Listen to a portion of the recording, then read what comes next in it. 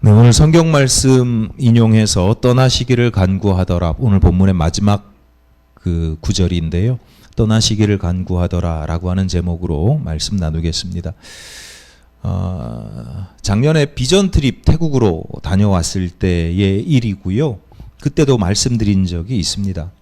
제가 그 진행도 같이 하고 참여도 했기 때문에 그 뭐 계획을 하고 준비하는 과정에서 1인당 예산을 잡아야 됐었거든요. 한 20명 정도 생각하고 1인당 비용을 이렇게 총 지출할 수 있는 비용들을 생각해 보니까 비행기 편이 항공권 가격이 이렇게 자꾸 왔다 갔다 하고 하지만 한 120만 원에서 130만 원 정도가 드는 거예요. 그래서 130만 원 정도로 1인당 비용을 책정을 했어요. 그리고 그 참여하는 사람들한테 회비를 걷어야 되는데, 회비를 받아야 되는데 어느 정도를 받을까? 50% 정도 하면 이제 65만 원 정도인데 항공권 가격을 고려해서 그 정도로 하자. 근데 65만 원, 70만 원보다 60만 원이 낫겠다. 그래서 1인당 60만 원, 1인당 참여 회비로 받고, 그리고 이제 나머지는 여기저기서 후원을 받아서 충당을 했습니다. 이제 문제가 있었는데 저희 집에서 저를 포함해서 3명이 참여한다는 거예요.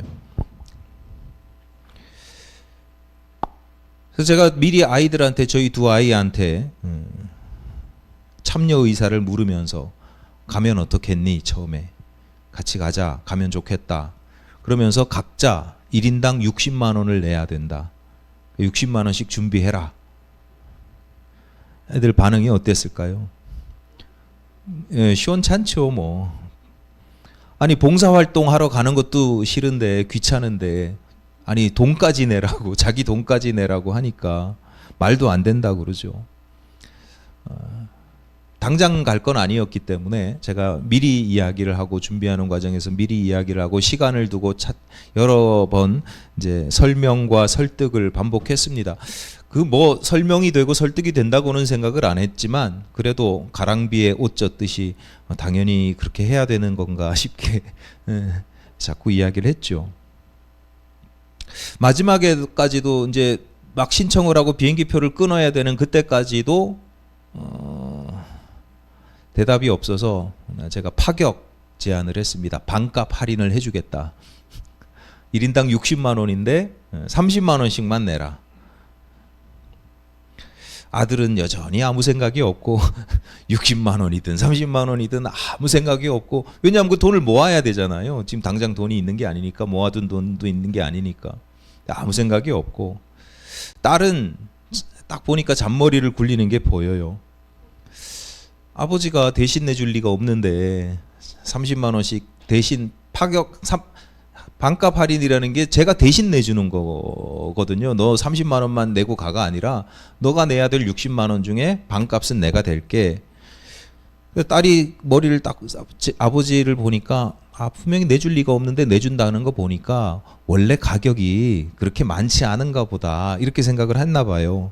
그래서 원래 비용이 도대체 얼마길래, 원래 비용이 1인당 한 60만 원 정도 드는데, 이렇게 생각을 한 것 같아요. 그래서 뭐 저야 속이는 게 없으니까 솔직하고 정직하게 자세하게 이야기했죠. 130만 원이 드는데 여차저차해서 30만 원만 내는 거다. 아빠가 대신 내주는 거다. 그러니까 싸게 가는 거다. 그때 저희 딸이 하는 말이 아니라는 거예요. 자기는 30만 원만 내고 가는 게 아니고 그 일주일 동안 아르바이트를 해서 버는 돈을 벌 돈을 생각하면 돈을 못 버니까 그 비용까지 다 날리는 거다, 이렇게 이야기를 하더라고요.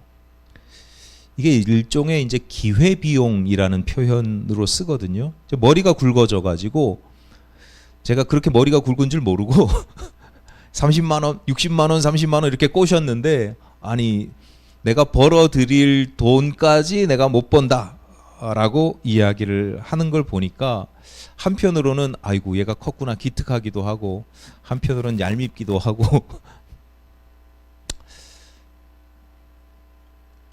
결국 뭐 이런 과정들을 거쳐서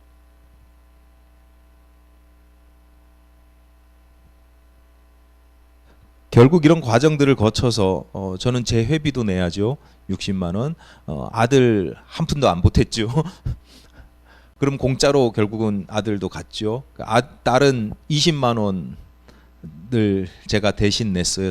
그래도 30만 원에다가 아버지가 불쌍해 보였는지 자기는 10만 원을 더 내겠다고 그래서.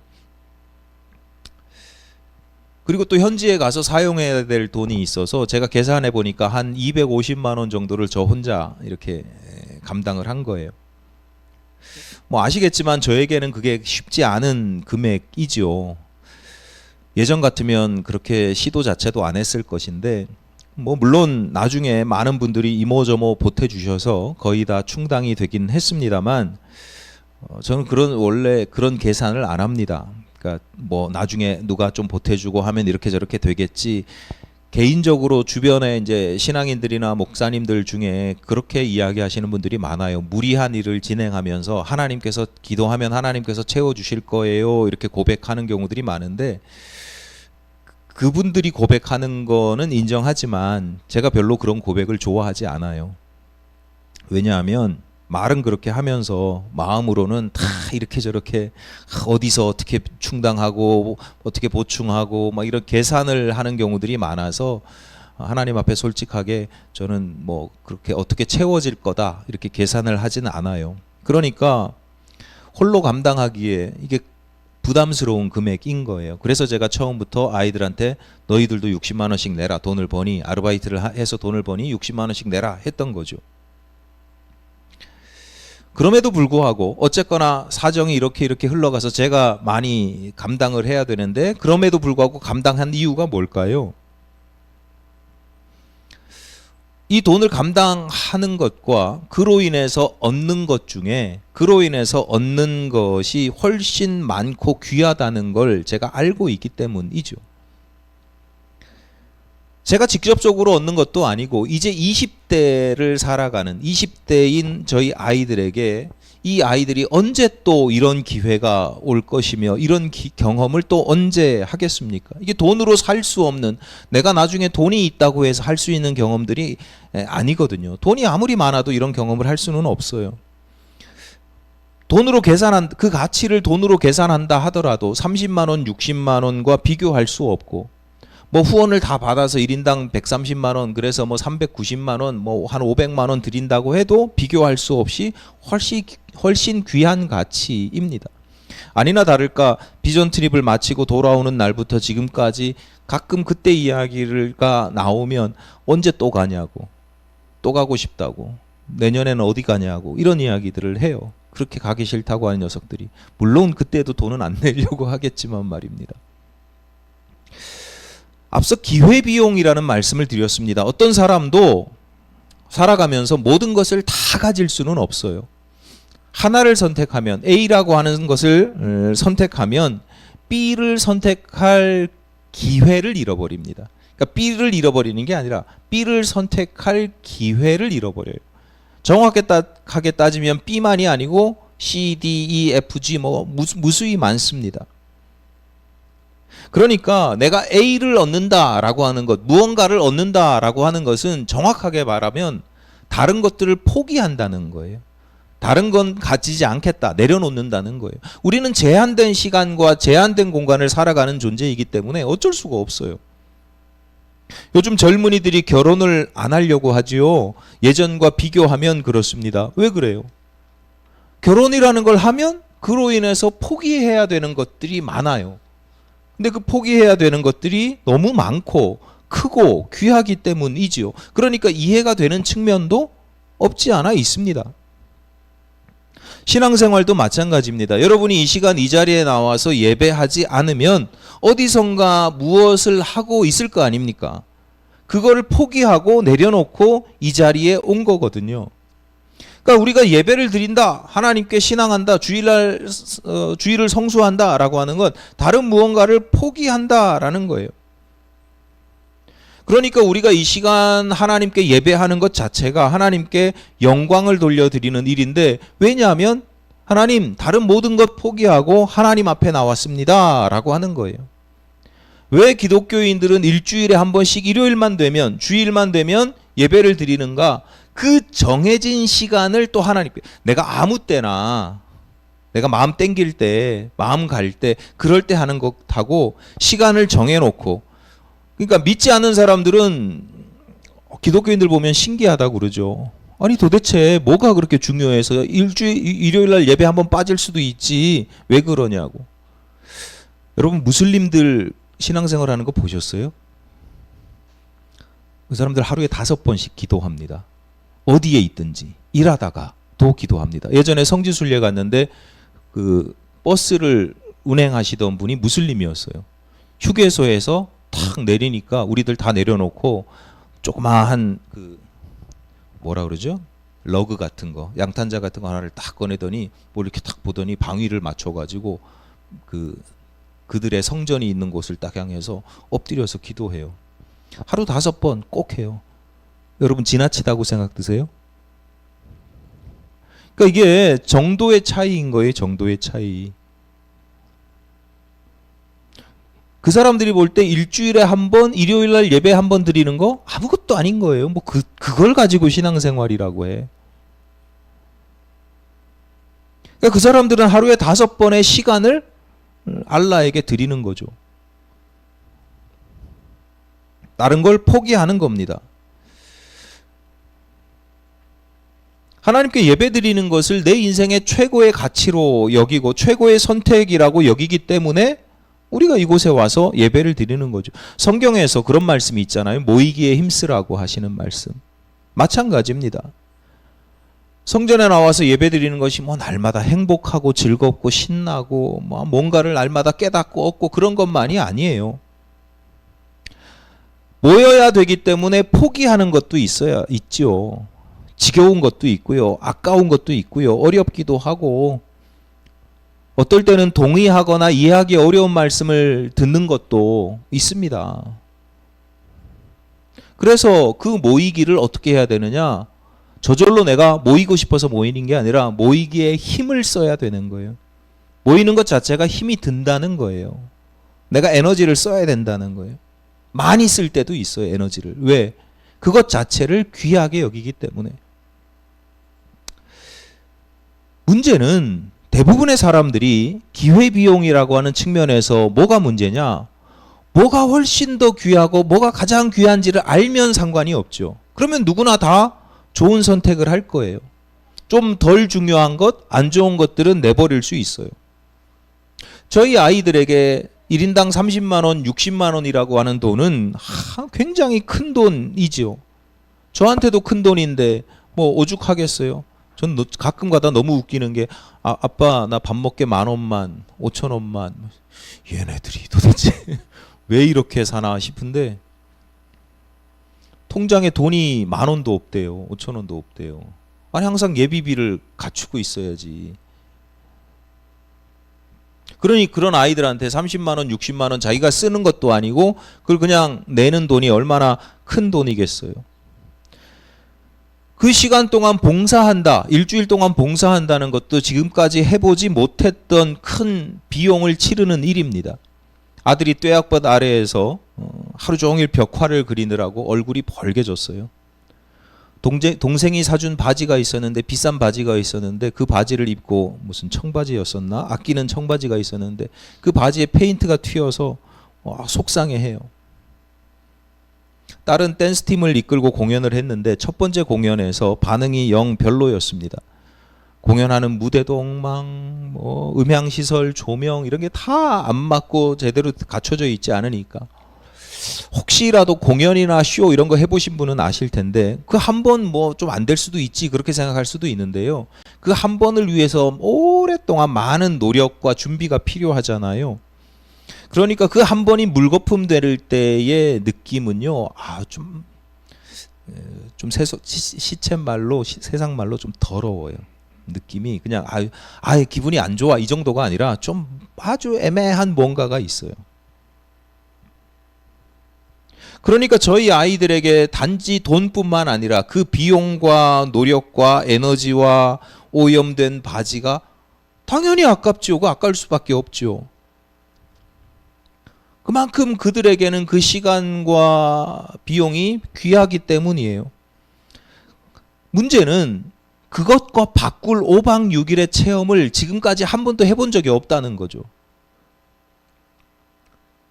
선교 여행을 한 번도 가본 적도 없고 그런 체험을 해본 적도 없습니다.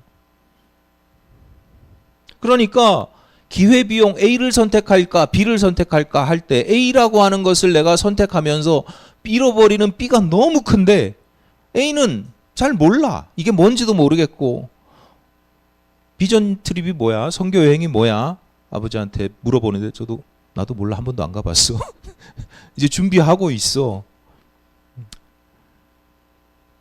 우리가 그래요. 뭔가를 선택할 때 이걸 선택할지 저걸 선택할지 명확하게 계산이 딱 되면 좋지만 계산이 안 돼요. 제 입장에서는 돈 100만 원이야 돈 1000만 원이야 살다 보면 있다가도 없고 없다가도 있는 거지만 이런 경험은 지금 아니면 할 수 없다고 정말 귀한 경험이라고 제가 아무리 이야기를 해도 이 설명이 안 되고 설득이 안 될 수밖에 없는 거죠. 결국은 경험을 해봐야 본인이 경험을 해봐야 알게 되는 건데 그래서 참 그게 중요해요. 보면 살다 보면 저도 이제 많이 오래 산 건 아니지만 살다 보면 주변에 좋은 사람이 있는 게 중요합니다. 믿을 만한 사람이 있는 게. 그러니까 저 아이들이 계산으로는 도대체 이게 안 나오는 건데 결국 비전 트립을 가게 된 게 아버지가 목사니까 뭐 그런 것도 있고 더불어서 아버지가 나쁜 데 끌고 갈지는 않을 거 아니에요. 무슨 착취하고 뭐 이러진 않을 거 아니에요. 아버지가 돈 대서 가라고 하는 데는 뭔가 이유가 있을 거 아니에요. 좋을 거 아니에요. 여러분 살면서 주변에 좋은 사람, 신뢰할 만한 사람, 그 사람이 돈이 되는 사람 뭐 이런 거 말고 나를 행복하게 해주는 사람 이런 거 말고 저 사람이 한마디 하면 그래 믿고 한번 해보자 할 만한 사람, 견문이 넓은 사람 뭐 그런 사람들 어떻게 보면 기독교인이니까 우리에게는 가장 좋은 분이 이제 예수님이고 그런 대표적인 분이 예수님이고 여러분 주변에도 그런 믿음의 동지들이 있는 것이 좋습니다. 우리가 매일 아침마다 하루를 위해서 기도할 때도 또는 하루를 위해서 기도해야 하는 중요한 내용 중에 하나이기도 합니다. 여러분 하루를 시작할 때 뭐라고 기도하셔야 되느냐? 하나님 오늘 제가 바른 선택을 하게 해주십시오. 더 좋은 선택을 하게 해주십시오. 근데 이 더 좋은 선택을 한다, 더 바른 선택을 한다는 건 말을 바꾸면 무슨 뜻이 되냐면 내가 무엇을 포기해야 되는지 이걸 얻기 위해서 무엇을 내려놓아야 하는지를 지혜롭게 선택하게 해달라는 뜻이기도 해요. 근데 문제는 왜 이런 기도를 하냐면 우리가 그렇게 선택할 만큼 지혜롭지 못하다는 거예요. 세상을 다 알지 못한다는 거예요. 아까 저희 아이들이 한 번도 경험이 없었던 비전 트립과 이 많은 돈과 비용을 바꾸려고 보니까 이게 모르잖아요. 선택할 수가 없잖아요. 우리도 마찬가지예요. 그러니까 내 딴에는 이게 좋은 선택이라고 바른 선택이라고 선택을 하는데 그게 하나님 보시기에는 오판일 수도 있고 심지어 수렁으로 스스로 늪으로 빨려 들어가는 경우도 있죠. 반대의 경우도 있습니다. 하나님의 뜻이라서 억지로 선택했는데 나중에 큰 복이 되어서 돌아오기도 합니다. 그러니까 매일 아침마다 그냥 습관적으로 그냥 관념적으로 기도하는 게 아니라 정말 겸손한 마음으로 하나님의 뜻을 구하는 겁니다. 하나님의 은총과 섭리를 기대하는 겁니다. 하나님, 오늘 제가 더 좋은 선택, 더 바른 선택을 하기를 원합니다. 내 눈에서 그 어리석음을 지워주십시오. 근데 난 어리석으니까 때로는 제가 잘못 선택하는 것을 하나님께서 강권적으로 붙잡아 주십시오. 여러분 이게 아침에만 기도할 내용일까요? 여러분 평생 매사 그리고 우리가 매사 중에 특별한 일이라고 생각되는 경우들이 있잖아요. 어떤 특별한 일들을 앞두고 있을 때 그럴 때 중요하다고 여겨지는 일일수록 내 뜻대로 해달라는 기도가 아니라 하나님 이거 합격시켜 주세요. 하나님 이거 얻게 해주세요. 이거 따게 해주세요. 이게 아니라 이게 과연 중요한 일일수록 이걸 따는 게 더 좋은 건지 이걸 내려놓는 게 더 좋은 건지 하나님의 뜻을. 그러니까 선택지를 딱 정해놓고 A, B, C 중에 하나님 A를 주세요 이렇게 기도하는 게 아니라 하나님 A, B, C, D, E, F, G가 있는데요. 어느 것 할까요? 겸허하게 모든 선택지를 하나님 앞에 탁 내려놓고 그리고 기도할 수 있어야 된다라고 하는 겁니다. 그럴 때 지금 당장에는 내가 잃어버리고 포기하는 것이 훨씬 커 보이지만 귀해 보이지만 결국에는 하나님의 은총과 인도하심을 감사하고 찬양하게 되는 그런 경험들, 놀라운 신비 체험들을 하게 되시기를 바랍니다. 이제 지난주에 예수님이 배 타고 풍랑 막 만나고 그랬잖아요. 그 배를 타고 이제 갈릴리 호수 건너편으로 가신 예수께서 가다라라고 하는 지방, 그러니까 지명입니다. 가다라라고 하는 지명에 이르셨답니다. 다른 복음서에서는 그 지명 대신에 거라사인의 땅 이렇게 표현을 합니다. 거라사 사람들이 사는 그런 땅이다라고 기록을 하고 그 다른 복음서에서는 보다 자세한 그 상황들이 조금 더 구체적으로 기록되어 있습니다. 어쨌거나 그곳에 이제 종합적으로 말씀드리면 그래서 다른 복음서의 내용과 합쳐서 말씀드리면 그곳에 귀신 들린 사람이 있었는데 무덤 사이에 거주하고 있었다. 앞서 말씀드렸던 것처럼 다른 복음서에서는 그들을 통제할 수가 없어서 쇠사슬로 묶고 쇠고랑을 채웠는데도 그거를 끊어버리고 깨트려버리고 막 다녔다. 스스로 자해도 했다. 그러니까 이게 뭐냐? 무덤 사이에 거주하고 쇠사슬, 쇠고랑도 끊어버리고 스스로 자해하고 이런 내용을 그냥 맥락상 한마디로 이야기하면 그 귀신이 강력했다 이런 뜻이죠. 아주 강력했다. 그래서 예수님께서 그 귀신에게 이름을 묻습니다. 너 이름이 뭐냐? 그랬더니 뭐라고 대답해요? 군대입니다. 이렇게 대답을 해요. 이제 군대라고 번역을 했지만 원어로는 레기온이라는 단어거든. 그 레기온이라고 하는 그리스어인데요. 이 레기온이 뭐냐면 로마 그 당시 로마군 가장 강력한 군사 집단인 로마군의 그 조직 편제 이름 중에 하나예요. 여러분 아마 여러분도 우리 남자분들은 다 당연히 아시고 여자분들도 들어보신 거 있을 텐데 뭐 소대, 중대, 대대, 연대, 뭐 사단, 군단 뭐 이런 게 있잖아요. 그러니까 로마군의 군대 조직도 그런 것들이 있었는데 그 군대 조직 중에 가장 큰 단위가 레기온이에요. 그러니까 여러분 아마 그 영화나 드라마 같은 데 보시면 어느 지역에 어느 지방에 로마군 제 몇 군단이 뭐 제 10군단이 어느 지방으로 갔다 뭐 이런 장면들. 그래서 그 지역 전체를 보통 한 군단 정도가 그 지역 전체를 맡아서 싸웁니다. 그 군단 한 군단이라고 번역되는 게 레기온이에요.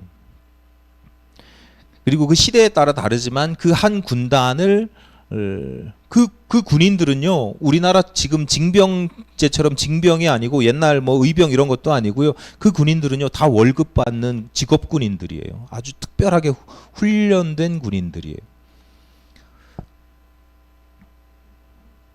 그 사람들이 시대마다 좀 다르지만 보통 한 레기온이라고 하면 수천 명이고 한 8천 명 정도로 보기도 합니다.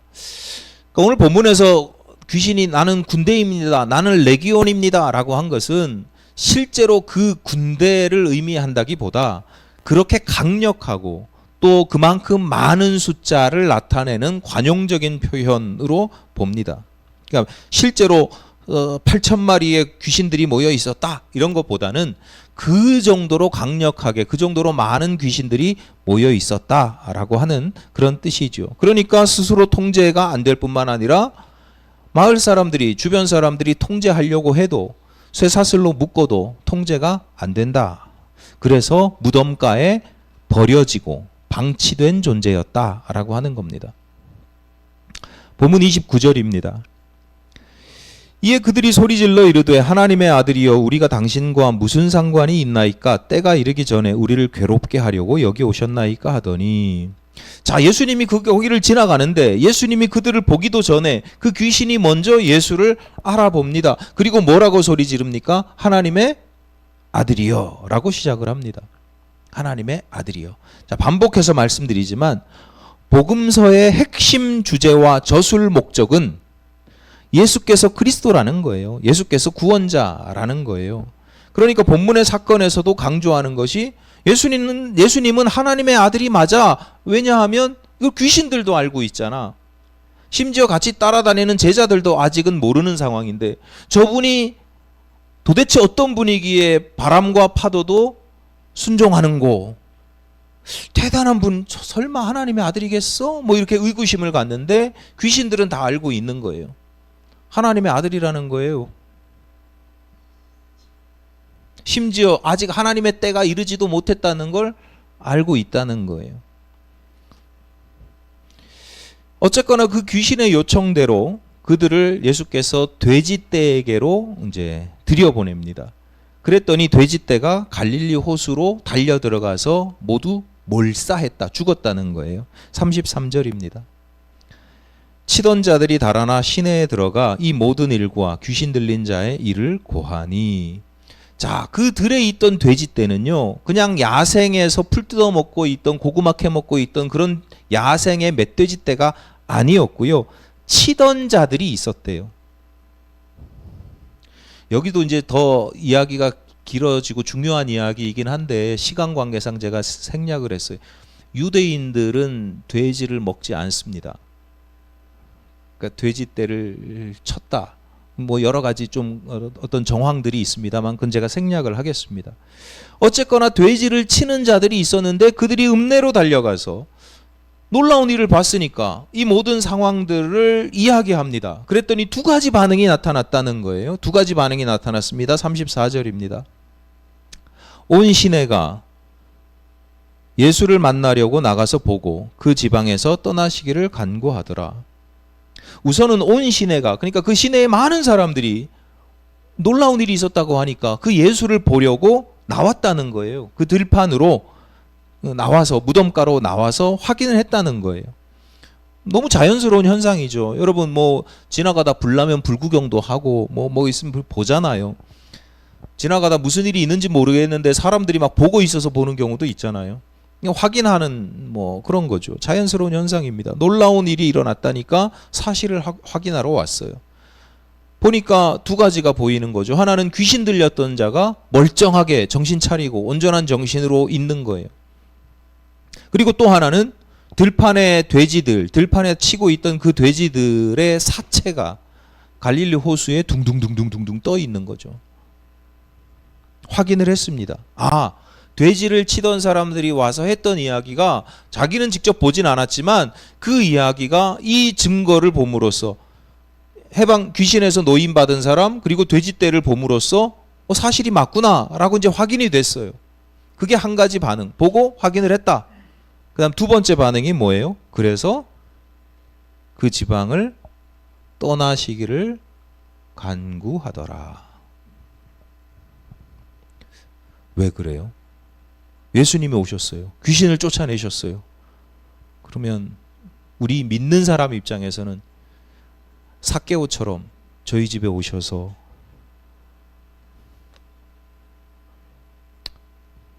맛은 없지만 소찬이지만 식사도 함께 하시고 저희 집에 고민도 좀 들어주시고 이런 문제가 있는데 제가 평생을 두고 하나님의 말씀 중에 요게 도대체가 내가 안 풀려가지고 평생을 두고 내 신앙생활 중에 내가 신앙생활 이렇게 하면 이렇게 될 거라고 생각했는데 도저히 내가 해결이 안 되는 신앙의 문제들이 있는데 좀 말씀 한번 좀 해주십시오. 이렇게 이게 정상 아니에요? 근데 그 놀라운 광경을 보고 떠나시기를 간구했다는 거예요. 오늘 본문에서 정확하게 그 이유를 기록하고 있지는 않습니다만 매우 다양한 가능성들이 있죠. 그렇지만 그것을 단순화시켜서 맥락상 단순화시켜서 보면 이런 겁니다. 마을 사람들에게 있어서 무덤가에 방치된 버려진 그 불쌍한 그 귀신에 사로잡힌 그 인생이 그 막강한 귀신에서 해방되고 자유를 얻은 것은 좋은 일이에요, 나쁜 일이에요? 인지상정. 내가 그 사람하고 관계가 있어. 이웃이라면 몰라도 내가 모르는 사람이야. 그래도 좋은 일이잖아요. 누가 귀신 들렸다가 해방됐다는데 얼마나 좋은 일이에요. 내가 모르는 사람이라도 인지상정. 사람이라면 좋아할 만한 일이죠. 감사할 일입니다. 대신에 뭘 잃었어요? 수많은 돼지떼를 잃었잖아요. 재산을 날렸어요. 그 예수께서 우리 마을로 오시면, 우리 집으로 오시면 어떤 일이 벌어지겠어요? 각종 죄와 질병과 귀신에 억눌린 자들이 고침을 받고 구원을 받는 일들이 벌어지겠죠. 더불어서 그로 인해서 잃어버리는 것, 포기해야 되는 것, 빼앗기는 것들도 생기는 거예요. 너무 많은 거죠. 조금 이렇게 냉정하게 보면, 솔직하고 냉정하게 보면 이렇게 말씀드릴 수도 있어요. 내가 지금 문제가 아주 심각해. 그러면 예수님이 오셔서 내 문제를 해결해 주셔야지. 근데 내가 그냥저냥 살만해. 그냥 이렇게 저렇게 뭐 문제가 있어도 그냥 이렇게 저렇게 그냥 잘 살고 있어. 그러면 그 예수님이 우리 마을에 오시면 좋은 사람은 남들이고 남들은 좋은 경험을 하겠지만 나는 잃어버리는 경험들만 하는 거예요. 구원을 얻는 생명은 남이고 잃어버리는 재산은 내 재산인 거죠. 나의 불편함입니다. 지금까지 그렇게 살았잖아요. 귀신 들린 사람이야. 내 눈에 안 보이면 돼. 안타깝지만 어쩔 수 없잖아. 그러니까 저 마을 바깥에 무덤가에 쇠사슬로 묶어두고 그냥 거기 방치해서 안타깝지만 어쩔 수 없어. 내 눈에 당장 안 보이면 되는 거예요. 하지만 내 돈을 잃어버리는 건 그로 인해서 내가 당장 겪어야 하는 불편함이 있거든요. 다시 말씀드리지만 아주 단순화시켜서 생명과 재산이라고 하는 것으로 단순화시켜서 말씀드린 거고, 더 정확하게 말씀을 드리면 예수께서 이 마을에 오시고 내 삶에 개입하시면 어떤 문제가 생겨요? 내가 지금까지 살아왔던 삶의 방식들도 고쳐야 되고 버려야 되고, 가치관, 믿었던 신념들, 내 삶의 어떤 습관들, 이런 모든 것들이 깨지고 고치고 버려야 되잖아요. 그게 얼마나 불편한지를 아는 거예요. 얼마나 힘든지를 아는 거예요. 그렇다고 예수님을 쫓아낼 수는 없으니까 겸손하게, 주님, 우리 마을은 그냥 지나가시지요. 여러분은 어떻습니까? 지금 예수께서 오신다면, 여러분을 찾아오신다면 기쁘고 즐겁습니까? 아싸! 야, 얼마나 고대하고 기대하던 건데. 여러분의 심령에, 또는 여러분의 가정에, 여러분이 직장 생활하고 있는 그 가운데, 또는 누군가와 만나서 이야기를 나누고 있는 그 자리에 갑자기 예수님께서 방문하셨어요. 지나가다 들렀어. 같이 앉아 있어도 되겠니? 그렇게 말씀하시면 마냥 행복하실 것 같아요? 외람된 말씀이지만 신앙생활에도 기회비용이라는 게 있습니다.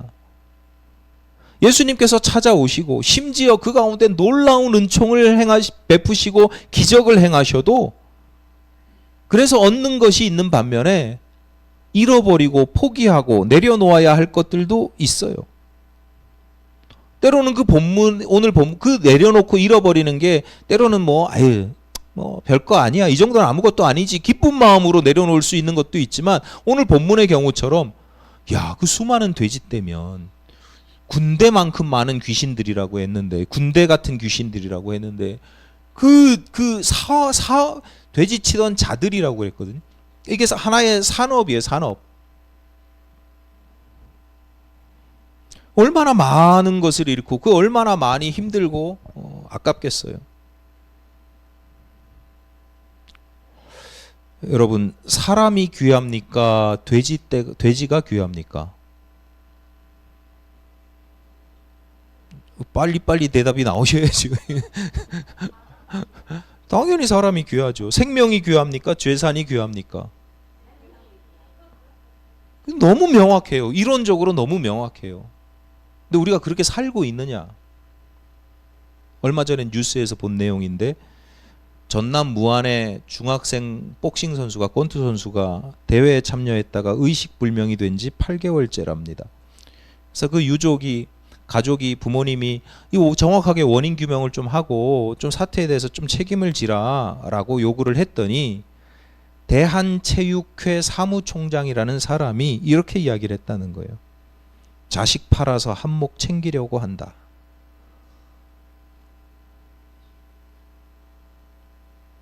생명과 재산, 자식 팔아서 한몫 챙기려고 한다. 세월호 침몰 사건 때도 그런 이야기가 회자되더니 뭐 여전한 거예요. 우리 사회가 얼마나 물질적인, 아니 머리로는 알지, 이론적으로는 다 압니다. 생명이 훨씬 귀하다는 걸 알아요. 근데 우리 삶 속에서 그러냐고요. 우리가 살아가는 세상이요, 모든 가치라는 게 있잖아요. 가치라는 게 있을 수밖에 없어요. 근데 그 가치가 가격으로 정해져요. 가치와 가격은 같은 게 아닌데, 예전에 1995년도에 방영된 진품명품이라는 프로그램, TV 프로그램 다 아실 거예요. 어떤 분이 그림을 하나 들고 나왔어요. 20년 전에, 그러니까 1995년도에 방영이 됐으니까 75년도에 20년쯤에 친구한테 300만 원 주고 샀다는 거예요. 그 친구가 이거 겸재정선의 그림이다. 근데 낙관이 없다. 근데 그 친구가 워낙 믿을 만한 친구라서 그 그림을 샀는데 20년 동안 이게 진품인지 가짜인지 너무 의구심이, 수시로 의구심이 들어서 자기는 전문가가 아니니까 친구 믿고 샀는데, 그래서 그 프로그램에 나온 거예요. 그 프로그램에서 그 심사 판단하시는 분들이, 진위를 이렇게 판단하시는 분들이 진품이라고 그랬을까요? 가품이라고 그랬을까요? 진품이래요. 왜 남의 친구 관계를 진품이라고 했어요. 그러니까 낙관이 안 찍혀서 좀 아쉽긴 한데 그림체나 뭐 이런 게 너무나 겸재정선이라고. 이 사람이 속이 다 시원하다고, 이제는 마음껏 의구심을 내려놓을 수도 있겠다고. 근데 그때 그 사람들이 감정가를 제시하잖아요. 이게 지금 얼마짜리다. 2천만 원이 나왔어요. 300만 원 주고 샀는데 2천만 원이 됐어요. 좋으세요? 그러니까 여러분, 이게 참, 여러분은 평생 돈을 못 버는 거예요. 사람들이 하는 얘기가 20년 전에 300만 원이 20년 전에 300만 원 주고 샀으면 지금 2천만 원? 그러면서 하는 사람들이 하는 얘기가 뭐냐면 20년 전에 75년도에 300만 원 주고 아파트를 살 수 있는 돈이었는데 300만 원이면 95년도에 2천만 원이면 고급 승용차 한 대 값이라는 거예요. 그래서 이 사람은 친구 잘못 만나서 돈을 잃었다, 돈을 버렸다, 뭐 이런 이야기가 대부분이에요. 그런가? 제가 그걸 보면서 그런가? 그런 생각을 했었어요. 저도 여러분하고 비슷해요. 300만 원짜리가 2천만 원 됐으니까 괜찮네. 뭐 큰 돈은 못 벌었어도 손해는 안 받겠네. 예. 근데 아파트가 자동차가 됐다고? 근데 어떤 사람이 그런 이야기를 하는 거예요. 자기 집 거실 한쪽 벽면에 감히 겸재정선의 그림을 걸어두고 매일 그걸 혼자 감상할 수 있는 것을 어찌 돈으로 계산할 수 있겠습니까? 여러분, 이 말씀에 동의할 수 있으세요? 안 되지. 우리는 그 예술적 가치나 그걸 모르니까. 근데 예술적 가치를 생각하는 사람은 그 가치가 2천만 원이 됐든 20억이 됐든 그거와 상관없다는 거예요. 그러니까 가치라는 게 돈이랑 이꼴, 등호가 늘 형성되는 건 아닌데 우리는 잘 모르니까, A가 귀한지 B가 귀한지 잘 모르니까 그냥 가격이 비싸면 비싼 줄로 알고, 그러니까 마케팅할 때 그러는 거 아니에요. 일부러 비싸게 가격 매겨놓으면 사람들이 좋은 건가 보다. 양복 사러 가봐요. 맨 가보면 저는 뭐 가난해서 그런지 모르겠지만 가보면 맨 50% 세일. 1년 후에 가도 3개월 후에 가도 맨 50% 세일. 신제품인데 50% 세일. 가격 팍 올려놓고. 옷들이 다 그래요.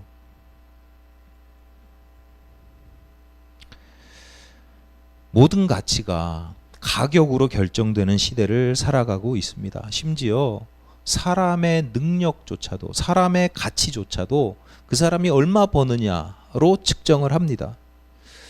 참 외람된 말씀이지만 미쳐 돌아가는 세상입니다. 적어도 예수님이 보시기엔 그렇습니다. 예수님은요, 99마리 양을 두고 잃어버린 양 한 마리를 찾으러 가시는 분이에요. 그 잃어버린 양 한 마리의 가치가 숫자로 계산될 수 있는 게 아니거든요. 왜냐하면 생명이기 때문에. 다시 말씀드리지만 기독교인들에게는 돼지보다 생명이 훨씬 중요한 가치이고 돈보다 자유와 구원이 훨씬 중요합니다. 그러니까 그렇게 믿고 그렇게 살아야 합니다. 과연 우리가 그렇게 살고 있냐고요. 머리로는 알아요. 아까 말씀하셨잖아요. 생명이 귀한지 돼지가 귀한지. 이렇게 보면 당연히 생명이 귀하죠. 재산이 훨씬 귀하죠. 아니 재산보다 구원받는 게 훨씬 중요하죠. 귀하죠. 알아요. 머리로는. 근데 내가 그렇게 살고 있냐고요. 여러분, 예수께서 여러분에게 오시기를 간구하고 계십니까? 떠나시기를 간구하고 계십니까? 초대교회 성도들은요, 마라나타 주여 오시옵소서 그렇게 간구를 했어요. 오시옵소서를 간구하는 사람이 있고요, 떠나시기를 간구하시는 사람이 있고요, 적당히 거리 저 정도쯤 계세요 하시는 분이 있고요, 저 정도 계시다가 필요할 때 한 번씩만 왔다 갔다 해주십시오 라고 하는 분이 있어요. 어쩔 수가 없어요. 우리 현실의 실존이에요. 신앙의 실존이에요. 여러분 어디쯤에 해당되는 것 같아요? 떠나시기를 간구하진 않겠죠. 그러나 그 예수님께서 나에게 한 걸음 좀 더 가까이 다가오시려고 하면, 나에게 좀 간섭하시고 섭리하시려고 하면 다음에요. 좀 있다가요. 아직 제가 준비가 안 됐습니다. 그런 경우도 많잖아요. 초대교회 교인들이, 성도들이 마라나타 주여 오시옵소서라고 기도했다는 건요, 그들의 신앙이 얼마나 대단한지를 보여주는 거예요. 여러분, 저도 정답은 알고 있어요. 마라나타 주여 오시옵소서, 이게 우리의 신앙의 고백이 되어야 해요. 근데 참 쉽지 않죠. 저도 쉽지 않아요. 오시면 불편하고